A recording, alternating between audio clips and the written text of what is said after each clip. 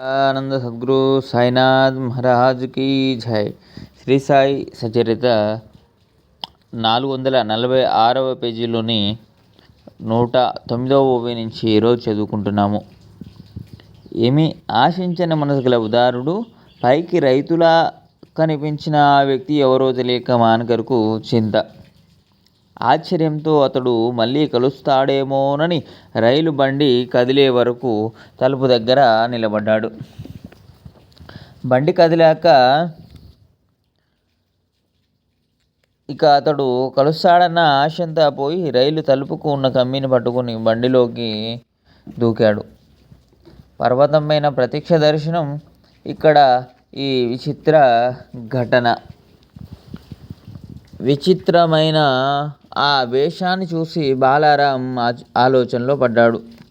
తర్వాత సాయి పాదాలయందు దృఢమైన ప్రేమ, భక్తి శ్రద్ధలు ఉన్న ఈ సద్భక్తుడు షిరిడీలోనే కృతార్థుడయ్యాడు.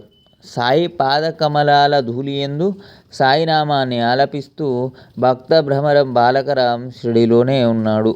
అప్పుడప్పుడు బాబా అనుమతితో ముక్తారాంను వెంటబెట్టుకుని షిరిడీ విడిచి బయటకు వెళ్ళేవాడు. అయినా అతని కేంద్ర స్థానం